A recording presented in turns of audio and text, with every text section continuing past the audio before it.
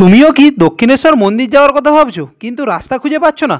তো চলো আজ তোমাদেরকে নিয়ে যাই দক্ষিণেশ্বরের মন্দির বং ক্যাবের সাথে। ধুলাগড় টোল পেরিয়ে 15 কিলোমিটার যাওয়ার পর মাইল বোর্ডে দেখতে পাবে বাঁদিকে কলকাতা আর ডান দিকে কিন্তু এয়ারপোর্ট বা দিল্লি।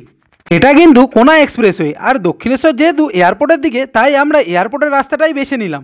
আর বাঁদিকের রাস্তাটা ধরে তোমরা সাঁতরাগাছি হয়ে কলকাতা চলে যেতে পারবে। কোনা এক্সপ্রেস থেকে NH-16 ধরে 10 কিলোমিটার আসার পরেই দেখতে পাবে যে দুটো রাস্তা ভাগ হয়ে গেছে। ডানদিকেরটা দিল্লি বা বর্ধমান আর বাঁদিকেরটা কিন্তু কলকাতা যাচ্ছে। কলকাতার রাস্তাটা ধরে 1 কিলোমিটার এগোনোর পরেই দেখতে পাবো মাথার উপর একটা বড় মাইল বোর্ড, আর দুটো রাস্তা কিন্তু ভাগ হয়ে যাচ্ছে। ডানদিকেরটা কিন্তু টোল রোড আর বাঁদিকেরটা নো টোল রোড।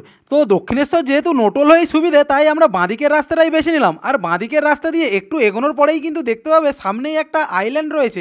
আইল্যান্ড ঘুরে সোজা 1 কিলোমিটার যাওয়ার পরেই কিন্তু তোমরা পেয়ে যাবে বালিহল্ট স্টেশন। অফিস টাইমে এই রাস্তাটা খুব জ্যাম হয় বলে অনেকে কিন্তু টোল রোড হয়েও দক্ষিণেশ্বরে যায়। বালিহল্ট থেকে 500 মিটার এগোনোর পরেই দেখতে পাবে ডান দিকে একটা কাটিং রয়েছে, আর কিছু গাড়ি ওই ডান দিক দিয়ে চলে যাচ্ছে, ওটা দিয়ে কিন্তু বেলুর মঠ যাওয়া যায়। আর ওখান থেকে সোজা 500 মিটার আসার পরেই কিন্তু তুমি পৌঁছে যাবে বালির ব্রিজে, অর্থাৎ তখনই তুমি বুঝে যাবে যে তুমি দক্ষিণেশ্বরের প্রায় কাছেই চলে এসছো। ওখান থেকে বাঁদিকে একটু তাকালেই কিন্তু মায়ের মন্দির দেখতে পাবে। ব্রিজ থেকে দাঁড়িয়ে মায়ের মন্দির দেখলেই তো হবে না, পুজোও তো দিতে হবে, তাই ব্রিজ থেকে নামার মুখেই কিন্তু সামনেই পেয়ে যাবো একটা সিগন্যাল কিন্তু রেড থাকলে দাঁড়িয়ে যেতে হবে, কারণ এখানে লেফট টার্ন ফ্রি নেই। আর ডান দিকে কিছু গাড়ি চলে যাচ্ছে যেগুলো কিন্তু ডানলপ বা এয়ারপোর্টের দিকে যাচ্ছে। তো সামনে মাথার উপরে যে স্কাইওয়াকের নিচে দিয়েই কিন্তু ইউটার্নের মতো মেরে নিয়েই আমরা মায়ের মন্দিরের দিকে এগিয়ে যাব। আর যারা ট্রেনে করে আসবে তারা কিন্তু স্টেশন থেকে ডাইরেক্ট ওই স্কাইওয়াকে করে হেঁটে হেঁটে মায়ের মন্দিরের দিকে আসবে। স্কাইওয়াকের নিচে দিয়ে 200 মিটার আসার পরেই দেখতে পাবো যে মায়ের মন্দিরের মেন গেট। আর মেন গেট দিয়ে কিন্তু এন্ট্রির পরেই বাঁদিকে রয়েছে গাড়ি পার্কিং এর জায়গা।